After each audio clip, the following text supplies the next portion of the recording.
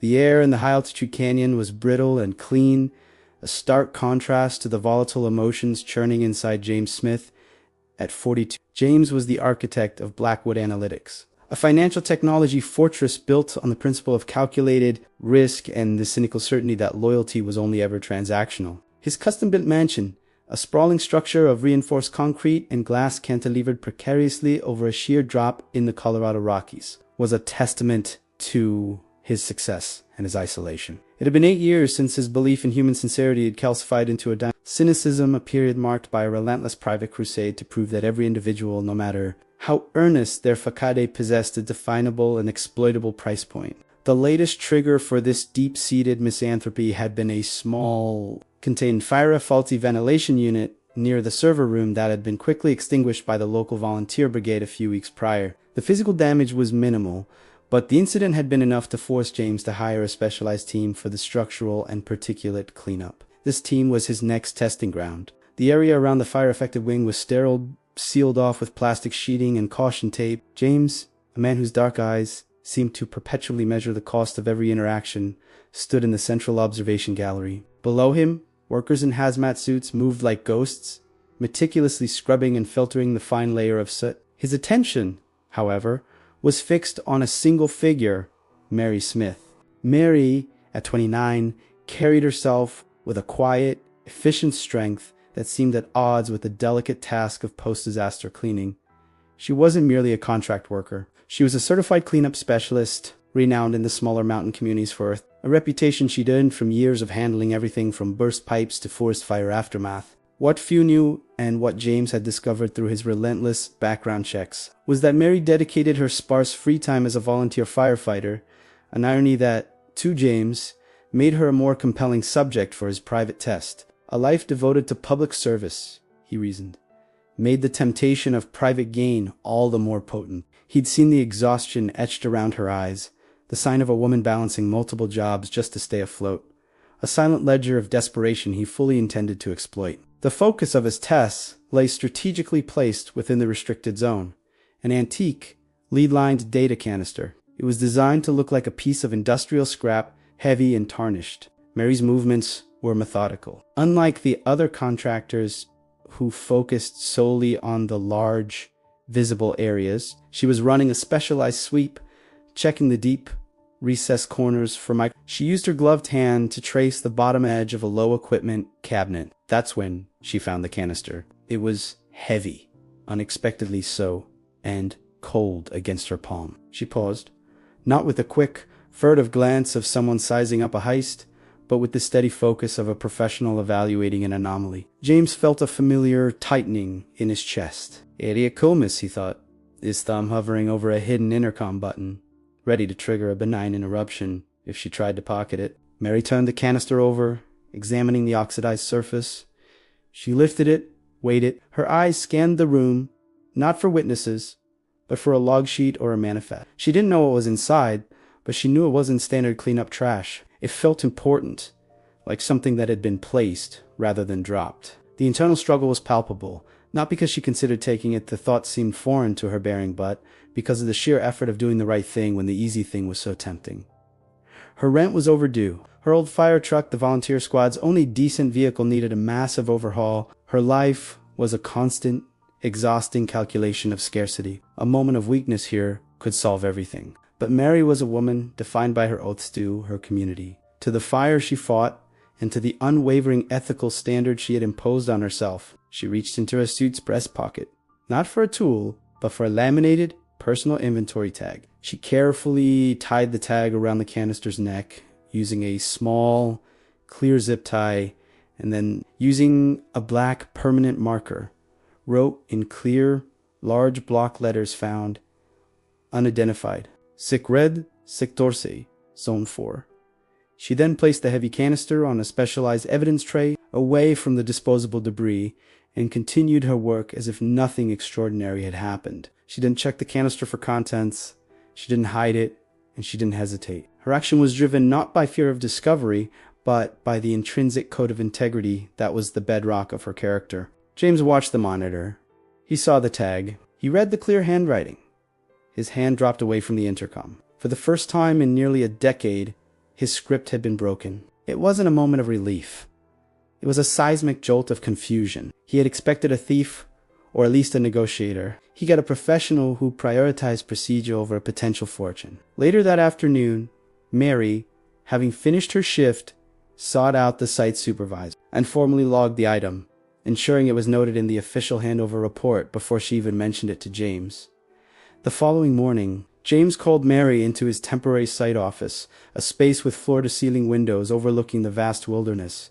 He had the canister on his desk. He hadn't told the supervisor its true nature. "Miss Smith," he said, his voice measured, "you logged this as found. Unidentified, did you know what it was?" Mary stood tall, her simple, pressed work uniform, a sharp contrast to the opulent office. "No, Mr. Smith, I didn't. But I knew it wasn't where it should have been. Any item that is moved or found out of place post-incident needs to be secured and inventoried, especially in a cleanup of this magnitude. It's standard protocol." "Standard protocol," James repeated, leaning back, trying to read the non-existent malice in her clear, honest eyes. "If you had simply thrown it out with the rest of the metal debris, no one would have known. It would have saved you time. You're paid by the hour, I believe." Mary met his gaze evenly. "My work is about making the environment safe and accounting for all assets. Mr. Smith, cutting corners on security, even for a piece of scrap, defeats the purpose of the whole operation. That's the oath I carry, whether I'm holding a hose or a sponge." James felt a flicker of something he hadn't felt since before the betrayal, a spark of respect, quickly smothered by a fresh wave of skepticism. This was too perfect, too rehearsed. He had to dig deeper. She had passed the test of temptation, but perhaps she was simply playing a longer game.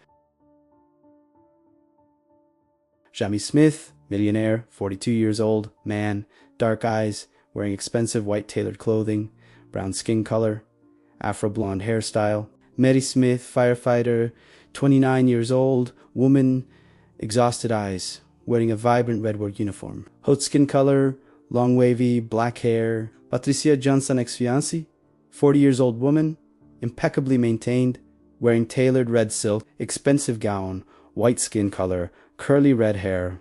He had to be sure. His entire worldview hinged on the answer. James's skepticism, once an unshakable fortress, had developed its first hairline fracture. Mary's composure wasn't the feigned indifference of a person hiding guilt, but the quiet assuredness of a person acting on principle. The canister, which he had revealed to be an essential piece of proprietary code worth tens of millions, was back in his vault, secured not by his multi-million-dollar security system, but by the simple, non-negotiable integrity of a woman earning an hourly wage. Yet, 8 years of being proven right, 8 years of observing how opportunity corrupts would not be dismantled by a single act of honesty. James was convinced that the human spirit had layers of weakness, and he decided to test the secondary layers: the temptation of recognition, the lure of comfort, and the price of silence. This was his second test, a gradual increase in proximity and responsibility.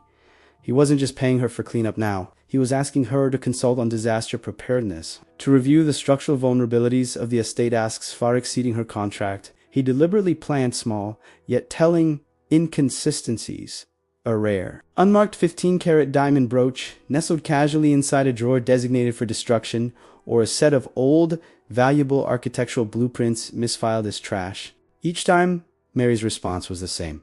The item was logged, documented, and returned. She treated a $15,000 diamond brooch with the same detached professionalism she applied to a discarded plastic porcelain anomaly to be cleared, not an asset to be coveted. During their sporadic, formal discussions, James began to gather fragments of her life. He learned about her deep connection to the community, the punishing schedule of balancing specialized contracting with volunteer fire duty, and the quiet pride she took in rebuilding what others had given up on. He asked why she didn't leverage her skills for a higher-paying, less physically demanding career. Her answer mirrored her earlier one, delivered without fanfare or self-pity.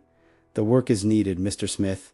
It's honest." Her words were like small, persistent drops of water on the granite of his cynicism. He began to feel something akin to respect, a tentative warmth that unnerved him more than outright betrayal ever had. The fragile new equilibrium was shattered by the return of Patricia Johnson, 40 years old, impeccably maintained, and a renowned figure in the international art and social scenes. Patricia was James as sexy, a woman whose desertion 8 years prior had perfectly coincided with the theft of early Blackwood Code by a trusted executive, the twin events that had triggered James's psychological retreat. Patricia hadn't returned for romance. She returned because her high society connections were faltering, and her latest ventura, speculative, high-risk art brokerage, was hemorrhaging capital. She saw James not as a lost love, but as a vast, secure financial reservoir to be reached. Patricia arrived unannounced, sweeping into the sterile, high-altitude environment like an expensive, disruptive wind. She was all tailored silk and practiced charm, instantly assuming the role of the woman of the house.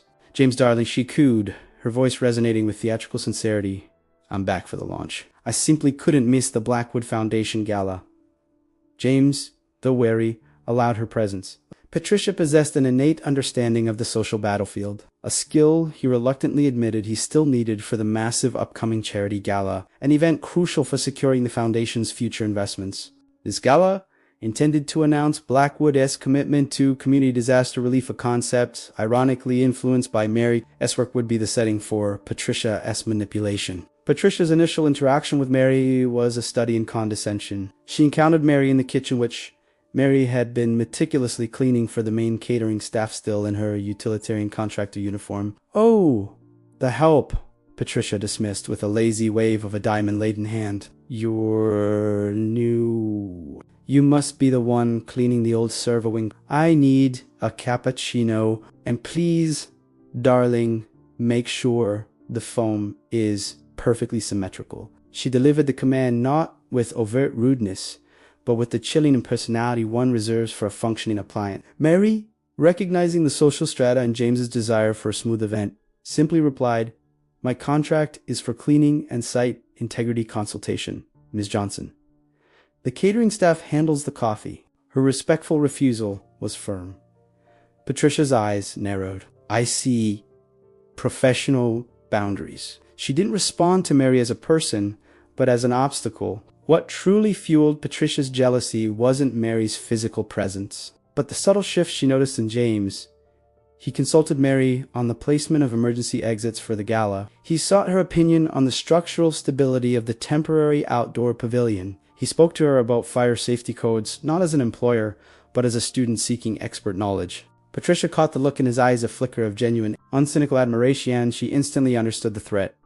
This wasn't just a cleaning lady. This was a symbol of the integrity James was trying to rediscover, a living antithesis to her own calculated life. If Mary succeeded, James would never need Patricia's brand of social maneuvering again. Patricia's plan crystallized around the gala. The Blackwood Foundation's launch was to be the social event of the year, attended by local politicians, philanthropic giants, and major institutional investors. She decided to use this glittering stage to discredit Mary, to expose her as an ambitious pretender, a person who could impossibly be trusted with technical or administrative roles because her place was in the service sector. Her goal was to reduce Mary back to an anonymous laborer, thereby reinforcing the idea that only the chosen few like herself belonged in James's elite world. A week before the gala, Patricia cornered Mary with a sickly sweet smile. "Mary, darling, the caterers are short-staffed due to a logistical error catastrophe. Really, the house best. Would you manage the beverage service for the VIP balcony? It's a temporary role, just for the evening." Mary felt the trap, a subtle, cold knot forming in her stomach. The request was a clear an intentional placement of her in the most visible service role possible, a deliberate juxtaposition against the elite guests, but she needed the extra compensation for her volunteer fire department's equipment fund, and rejecting the request could be seen as insubordination, jeopardizing her entire, desperately needed contract. She paused, then nodded, maintaining her composure. "I can manage the beverage service, Ms. Johnson." Patricia's smile widened, but her eyes held a predatory glint. "Perfect, my dear." She had successfully coerced Mary into a position where she could be publicly scrutinized and humiliated, turning a woman of proven integrity into a temporary server, a social accessory to be worn and discarded. Mary, though determined to execute the temporary role with the same commitment she applied to fire safety, knew she was stepping into a hostile environment.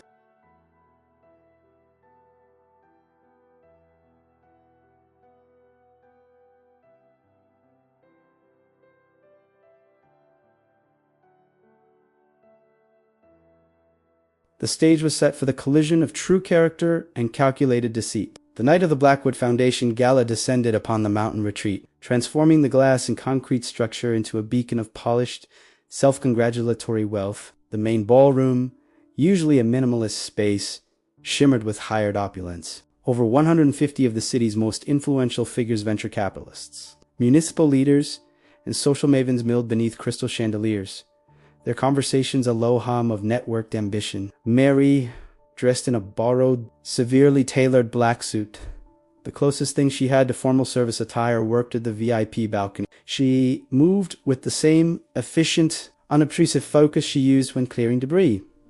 Trays were balanced perfectly, requests were met instantly, and her expression remained courteously professional. Yet, the air was thick with the silent judgment of the elite. Patricia Radine, in a gown that looked surgically applied, circled the room, executing her subtle campaign. She dropped malicious hints into conversations with key investors. "Oh, that's our temporary help on the balcony." She'd confide to a city councilman, a former site contractor. "Such a shame, a good person, but clearly overambitious. She just doesn't understand the boundaries of her skill set. We have to keep an eye on these types, don't we?" Her words weren't direct accusations, but insidious, confidence-eroding suggestions of nepotism and misplaced trust. Several guests, having been briefed by Patricia, made pointed, dismissive comments to Mary about the inadequate staffing or asked her patronizingly about her true career goals, treating her less like an employee and more like a novelty item. The crescendo arrived at 9 p.m. Just as James was preparing to deliver his key address on the Foundation's new disaster relief initiative, Patricia seized the microphone first, using her Amphitryona's welcome to set her trap. She thanked the crowd, lauded James's brilliance, and then, with a calculated pause, turned her attention directly to the VIP balcony where Mary was discreetly refilling water glasses. Mary froze, the water pitcher becoming suddenly heavy. Mary Patissa continued, beckoning her with a theatrical gesture. "Please come forward." Darling Mary, maintaining a dignified posture, descended the few steps to the main floor, the silence of the room amplifying her every footfall. She stood a few feet from Patricia, holding her composure like a shield. "Everyone," Patricia announced, her smile dazzling and venomous. "This woman deserves a hand." Mary, as many of you know, usually works with cleaning crews, a post-disaster site remediation specialist, to be precise. Yet tonight, she's gracefully adapted to serving you all. Now, Mary darling, I just need to clarify something for our guests, especially those considering investing in James's new ventures. You were hired to clean the premises, correct? "Yes, Miss Johnson," Mary responded, her voice clear and unwavering. "And you also consult on-site integrity, which is fascinating considering you have a background as a volunteer firefighter, correct?" "Noble, really?" The question was a low blow, revealing privilege and information designed to embarrass Mary and, more importantly, sow distrust in James's judgment. Murmurs rippled through the crowd. Patricia pressed her advantage, her tone dropping into one of full concern. "Surely you must see the difference, Mary. There are levels to trust and competence. We all have our place." Before Mary could formulate a response, the air seemed to crackle. "The question, Patricia," he said, stepping forward, placing himself physically between his ex-fiancée and Mary, "is not where Mary belongs." He turned to the silent audience, his gaze sweeping over the astonished faces. 8 years ago, I lost my trust in people when a highly compensated, well-educated executive I vouched for stole proprietary code. Patricia gasped, her composure finally breaking. "I have spent years testing every new employee, convinced that character was simply a matter of price. But 2 weeks ago, I deliberately placed a physical canister containing proprietary code worth $35 million in the burn debris." James walked to his podium, his eyes now fixed only on Patricia. "Mary Smith, the woman you just publicly attempted to shame, found it. She didn't open it. She didn't steal it. She didn't negotiate. She logged it as secured, unidentified." The silence was deafening. Patricia, utterly exposed, tried to sputter a defense. "James, this is It became a public affair when you attempted to humiliate the most valuable asset this foundation possesses," James countered, his voice ringing with a conviction he hadn't possessed in years. Not only did Mary pass the test of greed, but her site integrity, consultations, and manual labor, Imokten uncovered a flaw in the structural fireproofing that the highly paid structural engineers missed. He looked directly at Mary, a profound, transformative respect in his eyes. Mary Smith doesn't just clean up disasters, she prevents them. She doesn't just follow protocol, she embodies it. You wanted to know if she belongs in Blackwood's core operations? Allow me to answer. The room erupted a mixture of scandal, admiration, and shock. Patricia, realizing she had orchestrated her own final defeat, gathered her dignity and retreated, her final venomous look directed at James. The powerful few who truly understood the difference between social standing and inherent worth immediately began to gravitate toward Mary. 2 years passed. Blackwood Analytics had not only stabilized but thrived, primarily due to Mary's methodical, high-integrity approach to risk management. Her story from cleanup contractor to executive became a legend in the regional tech sector. James, shedding the last vestiges of his cynicism, found himself not just respecting, but relying completely on Mary's judgment, not just in business, but in his personal growth. He finally understood that the absence of integrity was a choice, not a universal truth. In a large auditorium, Mary Smith, now 31, stood at a podium, impeccably dressed, addressing a new cohort of entrepreneurs. "The moment I chose to log that canister," she told them, her voice confident and measured, "I wasn't thinking about a promotion. I was honoring a commitment. You will be tested daily, not by a millionaire hiding behind a camera, but by the relentless pressures of convenience, exhaustion, and need. Don't let your circumstances determine your character." She received a standing ovation. Later, conversing with James, she reflected, "Thank you for the opportunity, James." James simply smiled. I opened the door. Mary. The third and final block, detailing the climax of the gala. James's dramatic defense of Mary, her promotion, and the emotional resolution of both their storylines is now complete. The word count for this block is approximately 1505 words. If you loved this story of character, resilience, and a fresh start, we warmly invite you to join our community. Hit that subscribe button and never miss an inspiring story of overcoming the odds. We're rebuilding a global community here. Tell us in the comments below. Which city are you watching our stories from? Did you enjoy this narrative? And what was the single biggest lesson you took away from Mary's journey?